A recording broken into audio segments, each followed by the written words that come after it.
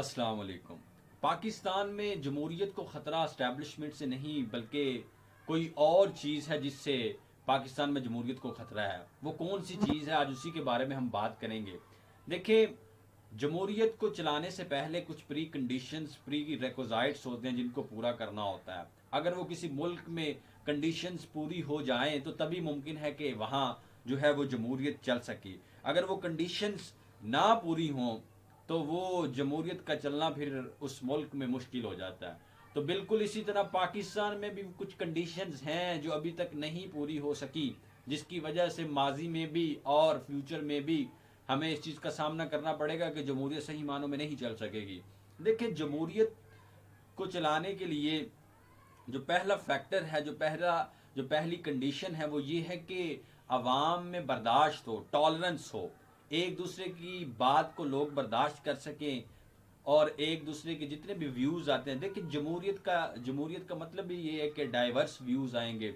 हर किसी का नुक्ता नज़र जो है वो मुख्तलिफ है। जिस तरह उसके पास इंफॉर्मेशन पहुंची, जिस तरह का उसका नॉलेज है, जिस तरह की उसकी कंपनी है, उस तरह से वो परसेप्शन बनाएगा। और जिस तरह से परसेप्शन बनाएगा उसी तरह से उसका नज़रिया जो निकल के सामने आएगा। तो हर किसी का नज़रिया मुख्तलिफ है और अगर लोग एक दूसरे के नज़रियात को, एक दूसरे की बात को बर्दाश्त नहीं करेंगे तो जमहूरियत सही मानों में चल नहीं सकेगी। जिस तरह पाकिस्तान में है कि एक दूसरे को गालियां देते हैं। आजकल तो सोशल मीडिया पर जो है वो एक मतलब जंग लगी हुई है। भाई भाई को गाली दे रहा है, बाप बेटे को गाली दे रहा है, बेटा बाप को गाली दे रहा है, और इस तरह जो लीडरशिप है वो भी इसी तरह ही कर रही है। और इस चीज़ को वो और ज़्यादा जो है इसकी इंटेंसिटी को इंक्रीज करने में लगे हुए हैं। तो जब तक हम में बर्दाश्त नहीं आएगी उस वक्त तक यहाँ जमहूरियत नहीं चल सकी। दूसरी चीज़ जो है वो एजुकेशन है। देखिए, एजुकेशन लोगों में होगी, अवेयरनेस होगी तो तभी मुमकिन है कि वो अपने वोट का सही इस्तेमाल कर सकें कि हमने किसको वोट देना है, कौन सा लीडर जो है वो हमारे हक में बेहतर है, हमारे लिए वो काम करेगा। लेकिन इधर एजुकेशन के फुकदान की वजह से जो पढ़े लिखे लोग हैं और जितने भी हैं उनकी कोई वुक्कत नहीं, क्योंकि हर बंदे का वोट जो है वो बराबर है।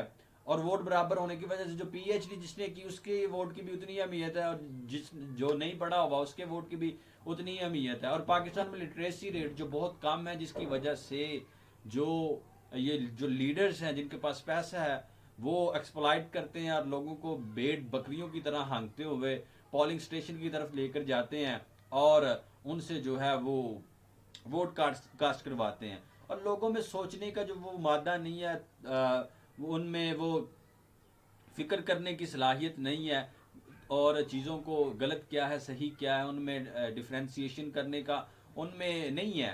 तो इस वजह से जब तक एजुकेशन नहीं होगी तो पाकिस्तान में जमहूरियत का चलना बहुत ही मुश्किल है। तीसरा जो फैक्टर है वो ये है कि जो दौलत है उसका इर्तिका चंद हाथों में नहीं होना चाहिए। लोगों में जो दौलत के हिसाब से फ़र्क है वो बहुत कम होना चाहिए। लेकिन पाकिस्तान में कुछ लोग हैं, कुछ फैमिलीज हैं जिनके हाथ में सारी की सारी दौलत है और बाकी लोग तो बेचारे गरीब हैं। और जब बंदा गरीब होता है तो उससे कोई भी काम करवाया जा सकता है। अगर कोई गरीब है उसके पास खाने पीने के लिए ज़रूरियात की चीज़ें नहीं हैं तो आप उसे ज़रूरियात की चीज़ें देकर उससे वोट हासिल कर सकते हैं। और जब वो आप इस तरह से उससे वोट हासिल कर सकते हैं तो ये वो उस बंदे को नहीं देगा कि जो पाकिस्तान के हक के लिए बेहतर है, वो तो उसको देगा जो उसके हक के लिए वक्ती तौर पर बेहतर है। तो इसलिए जब तक दौलत जो है उसका इत्तेकाल चंद हाथों में रहेगा पाकिस्तान में जमहूरियत का चलना बहुत ही मुश्किल है।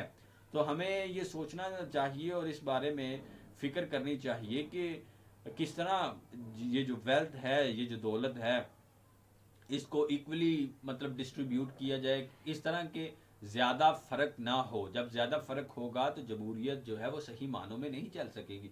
और तीसरी चौथी चीज़ ये है कि देखिए, अपेरेंटली तो ये लगता है कि जमहूरियत में हर बंदे की बात मानी जाती है, लेकिन ऐसा तो हरगिज़ नहीं है कि पार्लियामेंट में अगर किसी ने जाना है तो उसके लिए उसके पास बहुत ज़्यादा दौलत होनी चाहिए, वो अमीर कबीर होना चाहिए।